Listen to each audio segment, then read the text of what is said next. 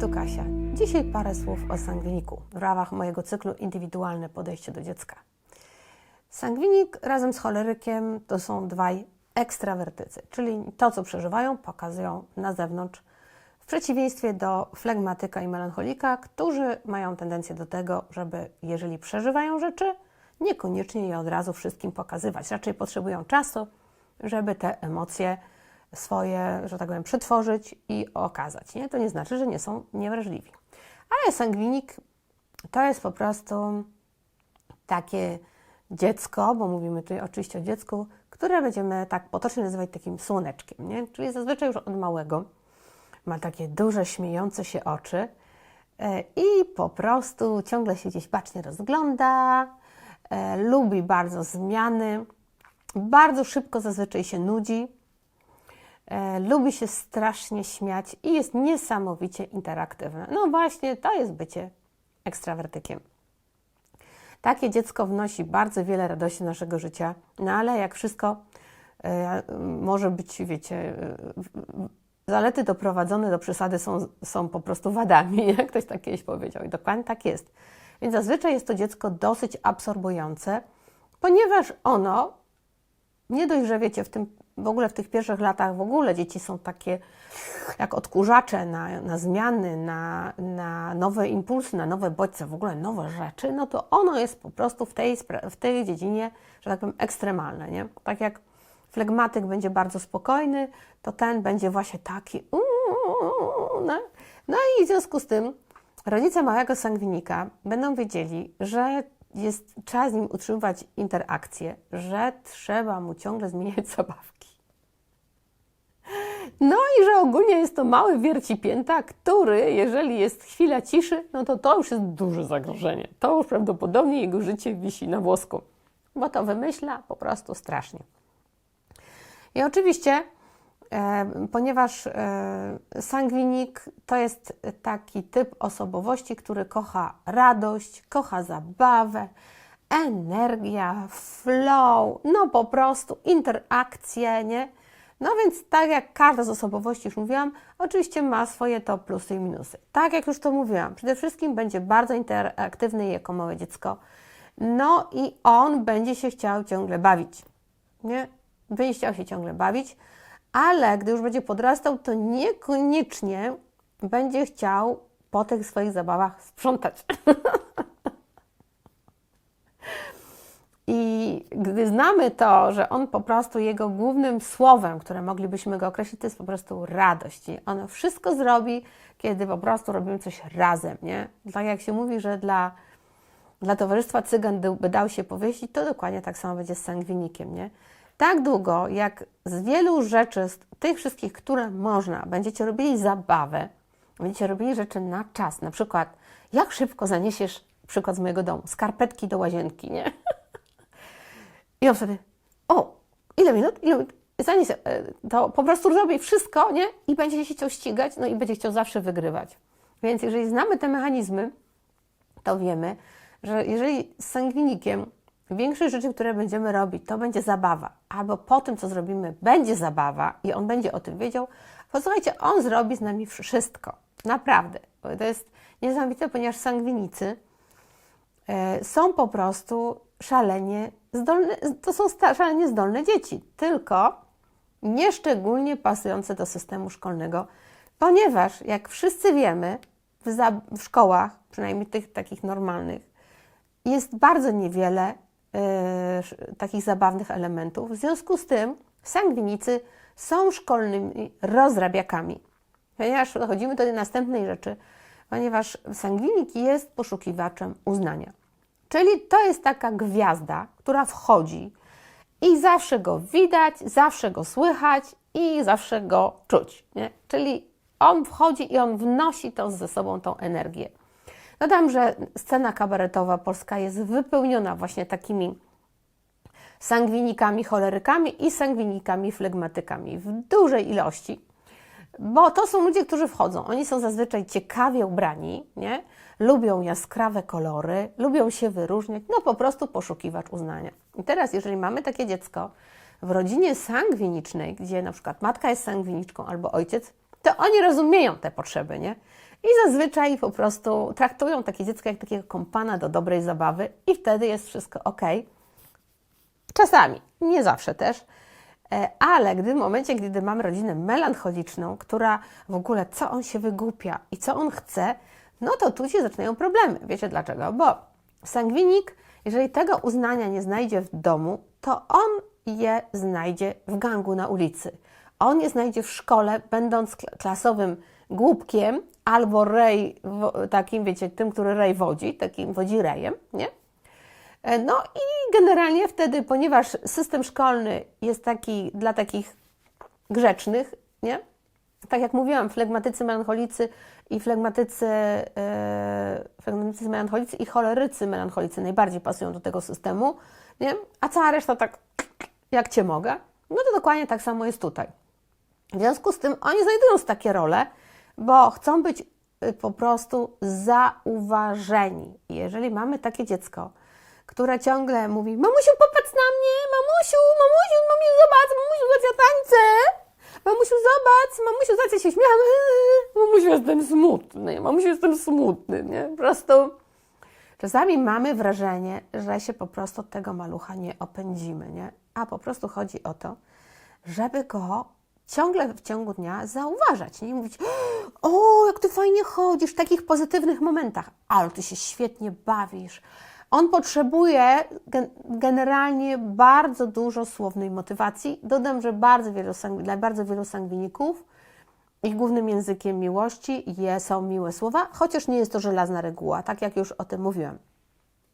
Więc on jest bardzo wrażliwy na to, żeby go zauważać. I teraz, tak behawioralnie rzecz biorąc, jeżeli będziesz go zauważał zawsze w złych momentach, będziesz wzmacniał jego złe zachowania, czyli: co Ty robisz, czemu Ty się wygłupiasz? To on, gdzie wtedy rodzice myślą, że on im robi na złość, a on po prostu sobie wykombinował w tym małym łebku, że jak on będzie robił głupoty, to my go zauważymy. W związku z tym lepiej go zauważać w pozytywnych rzeczach, nawet drobnych, co jest bardzo czasami ciężkie do zrozumienia, bo rodzice mówią: o, przecież to jest niesprawiedliwe, że on nic takiego nie zrobił. Ale to nie o to chodzi. Tu nie chodzi o sprawiedliwość, tylko chodzi o więź. Chodzi o to, że my mówimy do dziecka jego językiem i traktujemy je indywidualnie. I to nie jest wielka filozofia, że trzeba inaczej chwalić sangwinika, a inaczej melancholika. Sangwinika chwalimy w ten sposób, że mówimy: wow, super, nie? I to rodzice u mnie na warsztatach ćwiczą. Wow, super, to zrobiłeś, żeby to wychodziło naturalnie. A melancholika chwalisz w ten sposób, mówisz: wiesz, to co narysowałeś, te paluszki tutaj są rzeczywiście świetne i te włosy, ta dokładność wykonania włosów, no po prostu bomba.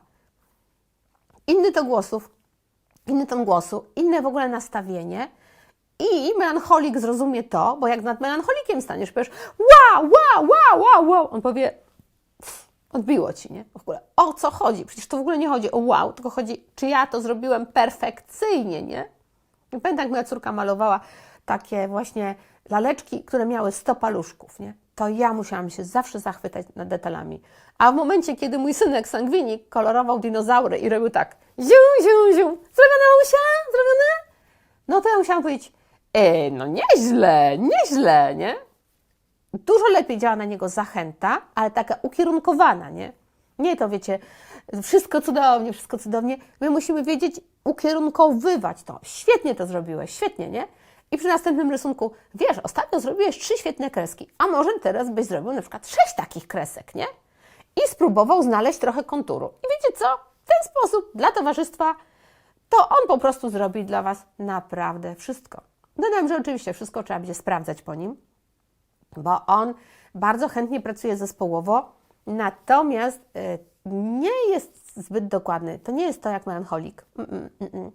W związku z tym ktoś kiedyś powiedział tak: sangwinik osiągnie wszystko, co chcesz. Może zostać wirtuozem na przykład skrzypiec, ale pod warunkiem, że Ty będziesz nim ćwiczył. Oczywiście dodam, że w kulturze azjatyckiej jest zupełnie inaczej, bo tam rodzice zupełnie inaczej stawiają wymagania, ale jesteśmy w naszej kulturze.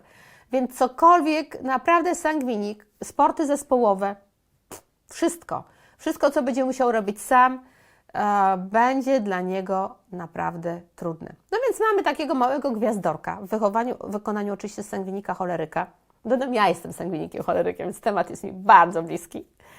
I mamy sangwinika flegmatyka, który będzie dużo spokojniejszy, będzie też takim słonkiem, ale takim spokojnym słonkiem, obarczonym jeszcze tymi rzeczami, które wiążą się z flegmatykiem, czyli on będzie taki ekstrawertyko-introwertykiem, co czasami nie bywa zbyt łatwym połączeniem.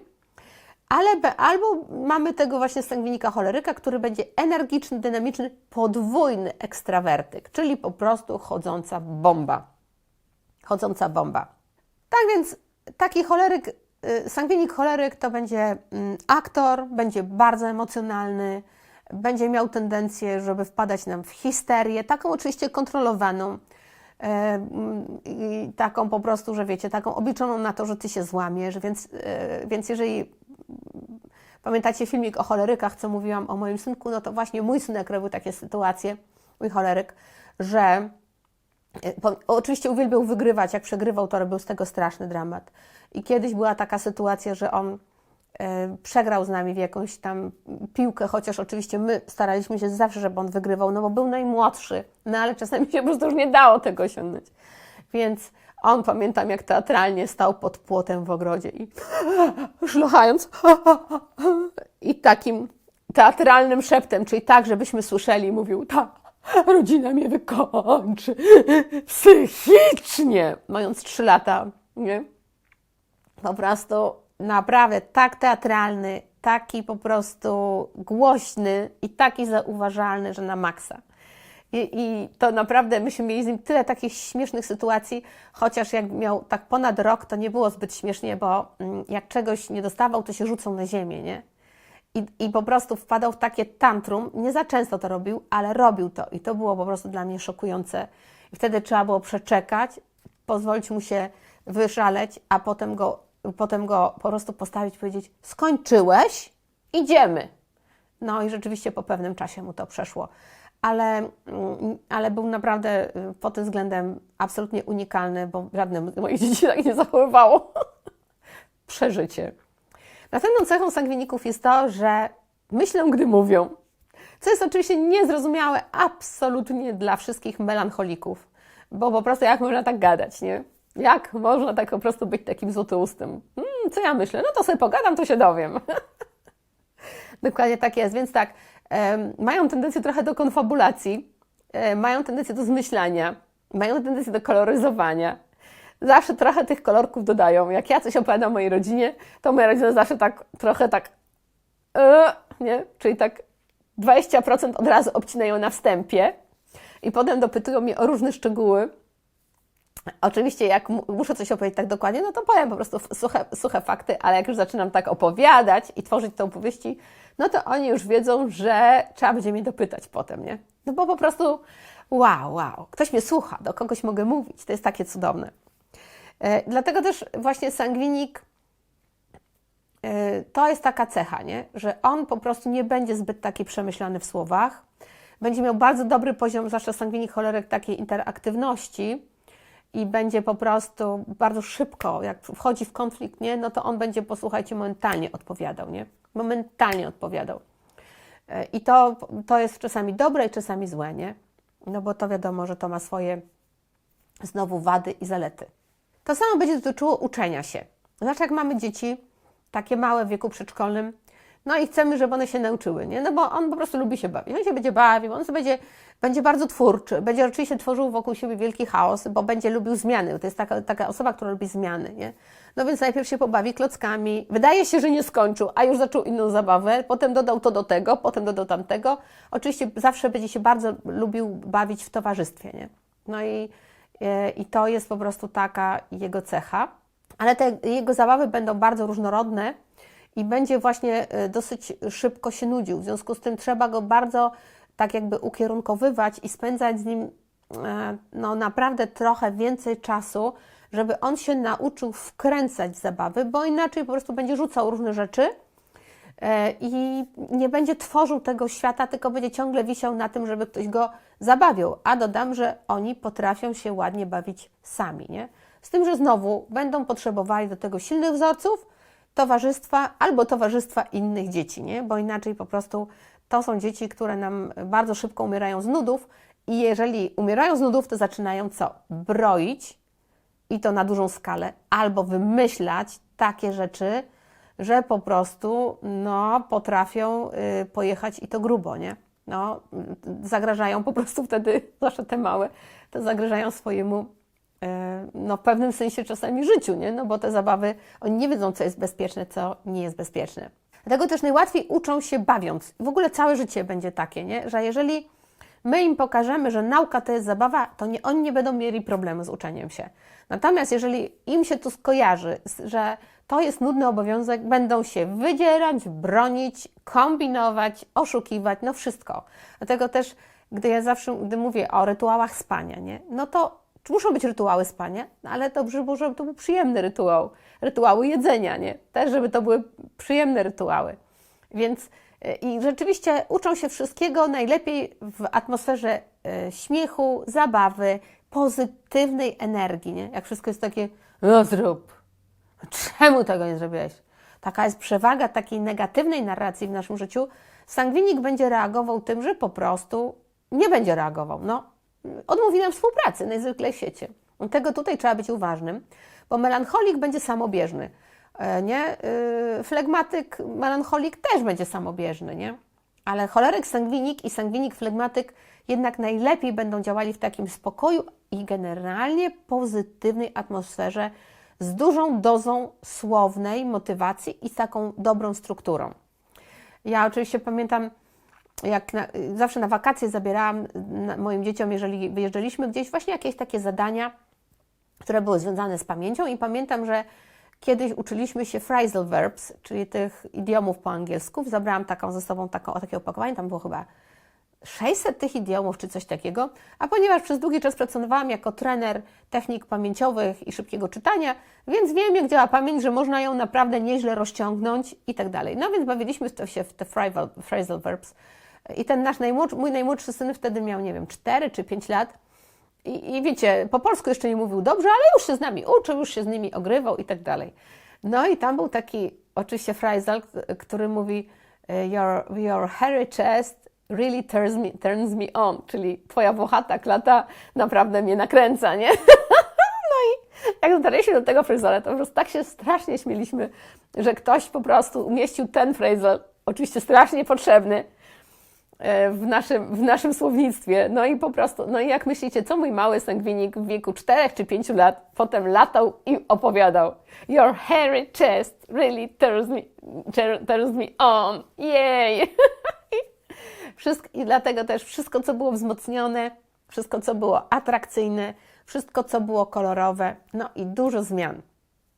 Dlatego też z sangwinikiem zdecydowanie, zresztą z każdym dzieckiem, warto śpiewać, warto tańczyć. Nie możesz zrobić tego zbyt przesadnie, bo dzieci w ogóle lubią, wiecie, śpiewać i tańczyć, nie? Bo dzieci po prostu czują tą radość życia i nawet pozostałe też typy osobowości doskonale czują się w takim kontekście, ale naprawdę z sangwinikiem to po prostu sangwinik, choleryk, to będzie po prostu bomba energetyczna i naprawdę musi być pozytywnie naładowany, inaczej będzie jęczkiem, marudą i buntownikiem. Dlatego u niego dbamy o to, żeby był wylatany, najedzony, wyspany, bo inaczej ten nadmiar energii po prostu rozsadzi nasz system. I właśnie sangwinik, choleryk i choleryk, melancholik mają tendencję do tego, żeby przyjąć kontrolę nad domem, bo oni wszystko wiedzą, wiecie, wiedzą najlepiej. Już od małego, nie? Nie, on tego nie chce, on to chce, nie? Nie, on to. A czemu to? Nie? Każde dziecko, wiecie, co można zepsuć, nie? Każde dziecko można źle poprowadzić, nie rozumiejąc jego osobowości, nie rozumiejąc tego, że po prostu jesteśmy tak stworzeni, jesteśmy po prostu uwarunkowani. Każdy z nas jest inaczej uwarunkowany do przeżywania miłości i bliskich więzi. I oczywiście można powiedzieć, przecież to jest przesada, nie? Jak można być takim melancholicznym i pedantycznym? Po prostu oni tacy są. Jak można być takim właśnie dominującym i pokazującym swoje emocje wszystkim? Właśnie takie są nasze dzieci. One są bardzo różne. I w życiu potem te wszystkie cechy bardzo im się przydadzą, bo oczywiście sangwinicy, cholerycy nie dość, że są świetnymi artystami, są genialnymi sprzedawcami, są genialnymi ludźmi do wszelkiego rodzaju rzeczy rozrywkowych, nie? Jest cały szereg zawodów, w których oni spełniają się fantastycznie. Sangwinicy, flegmatycy, tak patrząc oczywiście, wiecie, w perspektywie, kogo my wychowujemy, nie? Bo czasami to nam się wydaje, że po prostu la Boga, nie? Co nam się trafiło. Ale tak naprawdę nie ma przypadków. I tego na przykład sangwinicy, flegmatycy są cudownymi terapeutami, są cudownymi ludźmi, którzy potrafią doradzać, wysłuchiwać, pocieszać, zachęcać. Na scenie kabaretowej też jest ich dosyć dużo, muszę Wam powiedzieć, gdzie z tym takim swoim stoickim spokojem rozbawiają publiczność po prostu do łez. W związku z tym sangwinik jest jak słońce. On jest stworzony po to, żeby rozświetlać smutną, perfekcyjną rzeczywistość, żeby w naszym kraju, gdzie jest dużo takiej negatywnej energii cholerycznej, bo my tacy jesteśmy trochę, nie? Szabla w dłoń, juhu!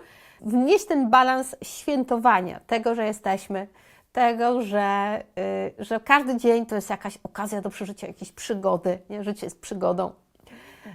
Do tego, żeby tworzyć rzeczywistość, i się po prostu więcej bawić. Oczywiście te dzieci są bardzo inteligentne, dodam, ale tak jak każde dziecko, muszą być po prostu właściwie poprowadzone w wyrozumiały, pozytywny, zachęcający dla nich sposób.